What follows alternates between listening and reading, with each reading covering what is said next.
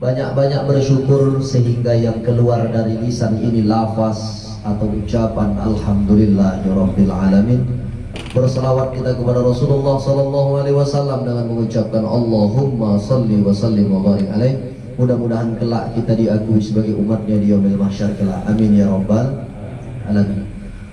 Ayahandaku, orang-orang tua kami, yang besar tak bisa kami himbaukan gelar, yang kecil tak bisa kami sebutkan nama, terkhusus kepada keluarga berkeluarga besar di rumah ini, semoga hajat dan niat baik pada malam yang berbahagia ini Allah ijabah dan Allah terima doa itu. Amin ya rabbal alamin.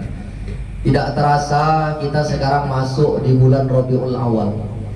Kalau Muharram, ingat kita hijrah Rasulullah sallallahu alaihi wasallam. Safar, masuk pula ke bulan Rabiul Awal. Apa kata Allah di dalam hadis qudsi? Kalau disebut hadis qudsi adalah Allah subhanahu wa ta'ala sebenarnya berfirman, tetapi tidak tercatat di dalam Al-Quran, maka disebut dengan hadis qudsi. Tidak langsung dia ke dalam Al-Quran, melainkan disampaikan kepada Rasulullah sallallahu alaihi wasallam. Apa kata Allah? Laulaka ya Muhammad, kalau tidak karena engkau ya Muhammad, ma khalaqtul aflaq, tidak akan kuciptakan semesta ini. Berarti semua ini karena ada Nabi Muhammad sallallahu alaihi wasallam. Maka di bulan Rabiul Awal ini ada manusia agung, ada manusia yang sangat spesial, yang kalau bukan karenanya kita tak akan bisa merasakan indahnya dunia ini. Siapa itu? Muhammad sallallahu alaihi wasallam. Ustaz, kalau memperingatkan maulid, mengadakan acara, ada dalilnya Ustaz. Di zaman sahabat Abu Bakar, Umar, Utsman, Ali, nggak ada orang itu merayakan maulid Nabi. Jadi sekarang kita tanya sama orang yang bertanya begini, kalau kita mau cinta sama Nabi, perlukah kita dalil? Bahkan Nabi saja pun mencintai kita umatnya, dia tak perlu dalil. Saking cintanya Nabi sama kita, ketika datang malaikat Jibril bersama malaikat maut, ketika ditarik ruh baginda Rasulullah sallallahu alaihi wasallam dari ujung kaki, apa yang dikatakan Rasulullah? Jibril, kenapa kau memalingkan wajahmu? Jijikkah kau menengok melihat aku? Tidak, wahai Rasulullah. Lalu kenapa kau palingkan wajahmu? Lalu apa kata Jibril alaihissalam? Aku tak sanggup melihat begitu pedih yang kau rasakan, wahai Rasulullah. Lalu apa dikatakan oleh Rasulullah? Jibril, bisakah pedihnya sakaratul maut ini jangan kau berikan kepada umatku? Kau timpakan semua kepadaku? Tidak bisa, wahai Rasulullah. Begitulah saking cintanya Rasul kepada kita umat-umat. Jadi kalau hari ini ada orang berkata dalilnya nggak ada, kalau mau menghadapi orang-orang seperti ini yang aliran-aliran yang sangat mudah menyalahkan, ketika kita melakukan kebaikan padahal itu niatnya baik, lahirnya manusia agung Rasulullah, dikatakan bid'ah. Kalau sudah bid'ah, dolal. Kalau sudah dolal, sesat. Dan sesat nanti bisa masuk neraka. Dia katakan orang-orang yang memperingati maulid sesat, masuk neraka. Nabi ketika ditanya oleh para sahabat, ya Rasulullah, kenapa engkau puasa hari Senin? Lalu Nabi mengatakan, zaka yauma wulidtu, pada hari Senin itu aku dilahirkan, maka Nabi berpuasa. Inilah dalil bahwasanya Nabi sendiri pun memperingati maulid. Apa arti maulid? Kelahiran. Nabi setiap hari Senin dia memperingati dengan cara puasa. Nabi saja memperingati, apalagi kita hari ini berislam, kita hari ini berkumpul nih semua tidak lain berkat apa yang dibawa oleh baginda Rasulullah sallallahu alaihi wasallam. Tidak ada nikmat yang paling besar selain datangnya Muhammad sallallahu alaihi wasallam, maka kita bergembira. Apa sih yang salah ketika orang melaksanakan maulid? Ketika maulid, datang anak remaja masjid, anak remaja musola, kemudian datang assalamualaikum warahmatullahi wabarakatuh, diketuk pintu. Kemudian datang, Bu, kami mau mengadakan acara maulid. Kemudian kami mengutip dari rumah ke rumah, terserah ibu mau kasih berapa. Ada yang kasih 10.000, ada yang lebih daripada itu. Kemudian uangnya dibelikan apa? Dibelikan makanan, dibelikan aqua gelas, dibelikan minuman. Yang semuanya itu datang tamu-tamu orang yang ingin menghadiri maulid. Kemudian orang itu memakan apa yang disedekahkan orang. Infak, sedekah. Salahkah kita bersedekah? Tidak. Lalu kenapa ada orang-orang yang mengatakan salah, bid'ah dan semacamnya? Sedekah ajaran Rasulullah Sallallahu Alaihi Wasallam. Kemudian di dalamnya dipanggillah ustaz untuk menyampaikan agama, untuk menyampaikan sirah Rasulullah Sallallahu Alaihi Wasallam, sejarah Nabi, bagaimana kelahiran Nabi, siapa nama ayah Nabi, siapa nama ibu Nabi, siapa nama paman Nabi, siapa nama kakek Nabi. Dikenalkan anak-anak kita tentang sejarah, yang pada akhirnya belakangan-belakangan ini banyak anak-anak kita yang kadang-kadang belum kenal dengan nabinya. Bagaimana dia mau kenal sama nabinya? Bagaimana dia mau cinta sama nabinya kalau dia belum kenal? Bagaimana orang kalau belum kenal jatuh rasa cinta? Maka kita kenalkanlah sama anak-anak kita. Kalau punya uang, punya rezeki, ini bulan maulid, ajak anak-anak itu pergi ke toko buku. Ngapain? Beli buku. Kita belikan buku sejarah Nabi. Dia tak dihafalnya sekarang, tapi nanti ada masanya ketika kita kembali kepada Allah, sudah nggak ada lagi di dunia ini, tapi dikenangnya kita. Menetes air mata anak kita tuh membaca, dulu aku kecil-kecil dibelikan oleh ayah buku, dikenalkan sama Rasulullah.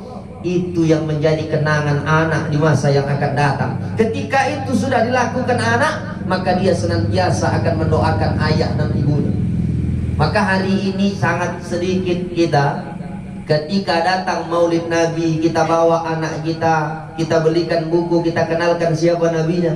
Kadang-kadang anak kita punya handphone, kita nggak tahu apa dalam isi handphone anak kita.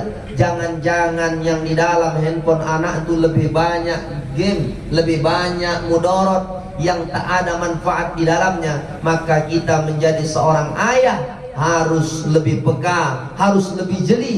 Kadang-kadang semua itu nanti akan disoal di hadapan Allah Subhanahu wa ta'ala. Bukankah Allah mengatakan innas sam'a, sesungguhnya pendengaran, wal basar, penglihatan, wal fuad, hati, kullu ulaika kana anhu mas'ula, semua akan disoal dan akan ditanya di hadapan Allah Subhanahu wa ta'ala.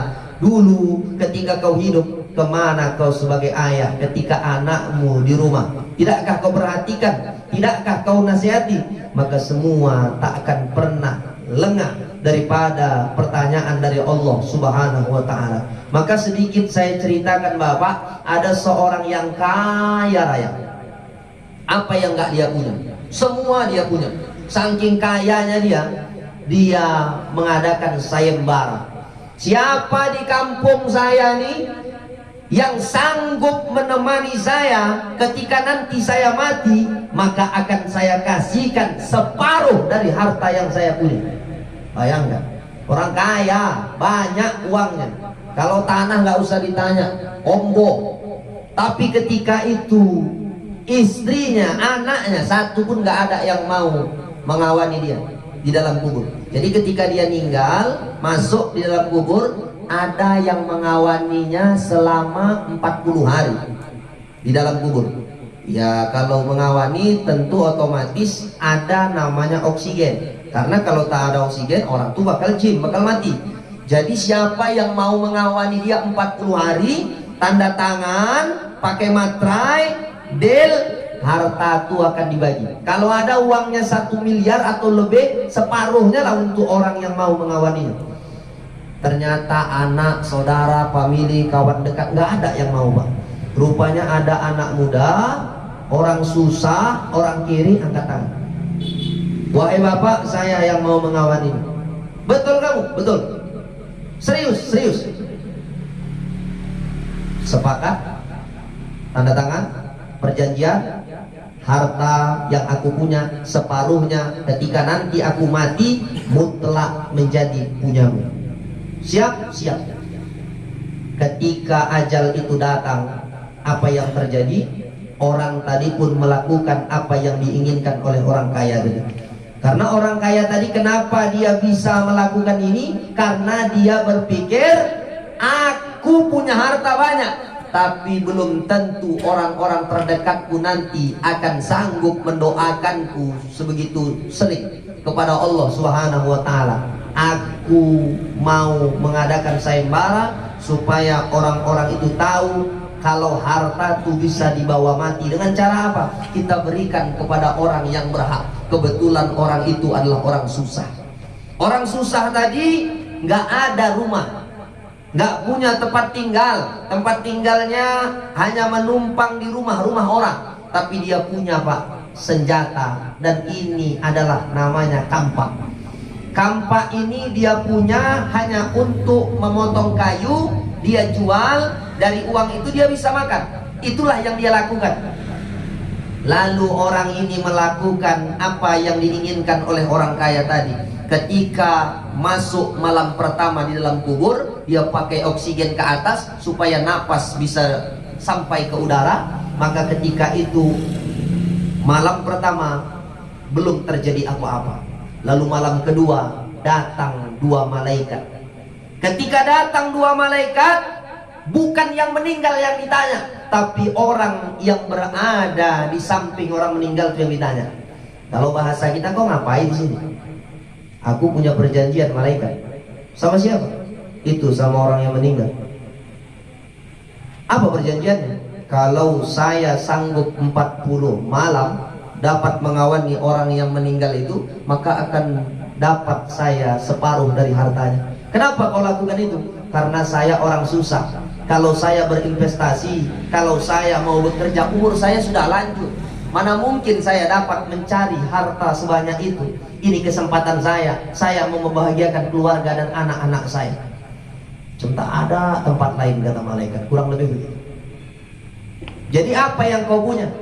Dia selalu kemanapun dia bawa kampak itu. Bahkan ketika mengawani orang yang sudah meninggal tuh, kampak itu dibawa. Apa yang di tanganmu tuh? Kampak. Untuk apa kampak itu? Untuk memotong kayu. Setelah kau potong, kau apakan kayu itu? Kujual.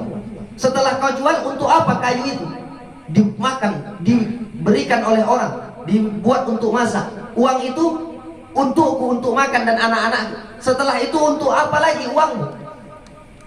Untuk apa lagi kau apakan? Kau kasihkan sama anak, kau kasihkan sama istri. Untuk apa sama istrimu? Sedetail itu ditanya oleh malaikat, Pak.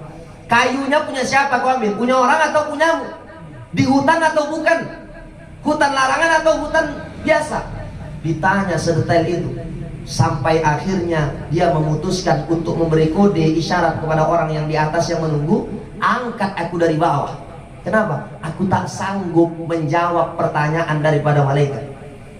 Naik ke atas, padahal waktu itu terus berjalan. Kalau dia sanggup, dia akan melewati dan akan mendapat separuh kekayaan daripada orang yang meninggal tadi. Lalu ketika sampai di atas, keluarga sudah semangat, tapi kenapa kecewa gara-gara dia minta naik di atas? Kalau bahasa kita, lambaikan tangan. Sudah tak tahan, menyerah. Rupanya sampai di atas dia cerita, ketika aku mengawani orang yang meninggal, ada dua orang malaikat turun. Ketika itu yang ditanya bukan yang mati, tapi aku yang ditanya. Apa yang ditanyanya? Aku cuma bawa satu kampak. Kampak itu ditanya dari mana aku dapat kampak ini. Kemudian aku bilang untuk motong kayu. Uang motong kayu itu aku ambil. Ditanya sampai sedetail kecil itu oleh malaikat. Bagaimanalah orang kaya yang hari ini sawahnya banyak, hari ini yang hartanya banyak, kampak kayu besi itu saja pun tak sudah pertanyaan malaikat kepada orang susah tadi, Pak. Maka jangan kita pikir jadi orang kaya tuh enak-enak kan. Orang kaya tuh hisapnya paling besar. Hisapnya paling besar, paling lama. Kenapa? Logikanya gini, Pak. Kita hidup nih. Hidup, kemudian ada orang kaya, ada orang susah. Kalau orang kaya masuk di suatu tempat, Karena ditengok kaya, pasti orang lebih menuju, lebih terpesona pada pandangan orang itu. Dari mana Bapak? Coba orang susah lewat, mau lewat, mau mundur, terserah Bapak. Tak dipersoalkan. Itu kampak yang besi dan kayu sebegitu kecilnya pun malaikat tak putus-putus menanya. Apalagi kita hari ini yang Allah lebihkan dengan harta. Mungkin orang di luaran sana sampai keluar air liur untuk menengokkan posisi kita saat ini. Tapi yakinlah semua itu akan dihisap di hadapan Allah Subhanahu wa ta'ala. Maka jangan sangka hari ini kita sudah beramal, tapi yakinlah dengan harta yang kita punya, semua itu bisa dapat menyelamatkan kita di hadapan Allah. Ketika kapan? Ketika harta itu kita sumbangkan, kita masukkan kepada orang yang membutuhkan. Ayahandaku jamaah yang dimuliakan Allah Subhanahu wa ta'ala, kita pada bulan ini masuk pada bulan Rabiul Awal. Amalan-amalan yang harus kita lakukan di bulan Rabiul Awal ini, pertama adalah memperbanyak membaca sholawat. Ustadz, sholawat yang baik itu gimana? Kalau kita baca tahiyat akhir ada sholawat. Allahumma salli ala sayyidina Muhammad wa ala ali sayyidina Muhammad kama sallaita ala sayyidina Ibrahim wa ala ali sayyidina Ibrahim, dan sampai habis dan seterusnya. Boleh kita baca sampai habis, mantap. Tapi ada yang ringkas, Allahumma sholli ala sayyidina Muhammad, Allahumma sholli ala sayyidina Muhammad, sebanyak-banyaknya. Jadi kalau ada orang di masjid habis maghrib, habis sholat subuh, ada namanya tasbih. Tasbih itu kalau dihitung jumlahnya 99, karena dinisbatkan kepada Asmaul Husna. Asma nama-nama, husna yang baik. 99 Asmaul Husna, nama Allah yang baik. Maka kita baca Subhanallah, Subhanallah, Subhanallah, Subhanallah, Subhanallah 33 kali. Kemudian setelah itu baca Alhamdulillah, Alhamdulillah 33. Kemudian baca Allahu Akbar, Allahu Akbar 33. 33 tambah 33 tambah 33 hasilnya 99. Adapun tasbih itu adalah untuk kita memudahkan berhitung. Tapi adapun orang-orang yang nggak pakai tasbih, Allahumma sholli ala sayyidina Muhammad, Allahumma sholli ala sayyidina Muhammad, Allahumma sholli ala sayyidina Muhammad, nggak dihitung-hitung ya, bahkan sampai terus-menerus, berarti dia sudah masuk kepada level unlimited. Ya, ya Anda yang dimuliakan Allah Subhanahu wa ta'ala, sembari kita lanjut ya, karena waktu terus berjalan. Jadi amalan yang harus kita lakukan di bulan Rabiul Awal, yang pertama adalah membaca sholawat. Sholawat yang ringkas, Allahumma sholli ala sayyidina Muhammad. Adapun orang-orang yang membacanya tidak menggunakan tasbih, berarti dia sudah masuk level yang tertinggi. Kalau kita beli paket unlimited, berarti yang dia itu tak terhitung. Itulah orang-orang yang senantiasa nanti kata Allah, man shalla, siapa yang berselawat kepada Rasulullah SAW suratan wahidah, satu saja, maka Allah akan membalasnya 10.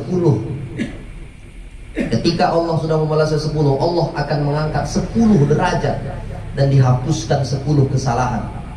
Begitu mudahnya kita mendapatkan itu semua. Tapi kadang-kadang ketika disebut nama Rasulullah, bahkan ketika datang bulan Maulid, kita sangat enggan untuk berselawat kepada Rasulullah. Orang yang pelit itu bukan yang dia punya harta tapi nggak mau bersedekah, bukan. Orang yang bisa menolong orang tapi nggak ditolongnya orang, bukan. Tapi orang yang pelit adalah ketika disebut nama baginda Rasulullah SAW, dia nggak mau mengucapkan sholawat. Maka orang-orang tua kita dulu mengajarkan, nah kalau dengarmu orang mengucapkan nama Rasulullah, kau baca Allahumma sholli ala sayyidina Muhammad atau Allahumma sholli wa sallim wa barik alaih. Orang-orang tua kita mengajarkan ini. Pertama membaca sholawat Nabi. Kemudian apalagi Ustaz? Melakukan atau menghidupkan puasa-puasa sunnah. Puasa sunnah ada namanya puasa Isnin, puasa hari Senin. Kemudian ada namanya puasa Khamis, puasa hari Kamis. Nabi Senin, kenapa puasa Senin? Karena itu hari lahir Nabi. Kenapa Nabi puasa hari Kamis? Karena hari Kamis itu adalah penutup dari amalan-amalan yang kita kerjakan. Kalau bahasa kita, tukang bangunan, gajiannya hari apa Pak? Hari Sabtu. Hari Sabtu itu tutup buku.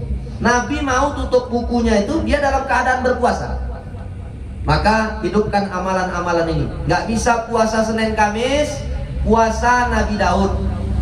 Dalam satu bulan itu ada 30 hari. Puasa Nabi Daud, ya sumu yauman, puasa satu hari, wa yufdiru yauman, buka satu hari. Jadi kalau puasa sehari, buka sehari, satu bulan ada 30. Berarti kalau dia puasa Daud, dalam sebulan itu dapat 15 hari. Kalau tak bisa juga puasa Nabi Daud, puasa Ayyamul Bid. Apa itu Ustaz? Puasa pada pertengahan bulan-bulan Islam. Kalau sekarang ini kita tengok, jadi kalau punya handphone Android, kita tengok tanggal. Sekarang ini tanggal 21 di bulan Masehi, bulannya bulan Oktober. Kemudian di bawahnya itu ada tanggal. Tanggal berapa? Tanggal 15. Kemudian garis miring 3. 3 itu artinya bulan Rabiul Awal. Bulan 1 namanya Muharram, bulan 2 namanya Safar, bulan 3 Rabiul Awal. Kalau kita di bulan Masehi, bulan 1 Januari, bulan 2 Februari, dan seterusnya. Bulan Islam juga ada seperti itu. Cuma kadang-kadang kenapa Ustadz kami nggak hafal? Karena kita ini lebih didominan sama kalender-kalender Masehi. Itu saja. Adapun ayah-ayah kita yang suka mengkoleksi kalender-kalender Islam, kemudian ditengok, ini tanggal sekian. Alhamdulillah mengingatkan kita. Maka nggak heran kalau anak-anak pesantren, termasuk saya, anak ayah anda kita, Pak Misran, dulu kami di pesantren itu liburnya hari Jumat, nggak hari Minggu. Kenapa? Karena Jumat itu adalah hari besarnya orang Islam. Tapi sekarang nih karena ditengok di Indonesia nih, Indonesia kan memang bukan negara agama, tapi Indonesia nih tempatnya orang-orang beragama. Umumnya di Indonesia nih kita memakai kalender Masehi. Maka nggak heran kalau libur kenapa hari Minggu, kenapa libur hari Ahad, kenapa tak hari Jumat.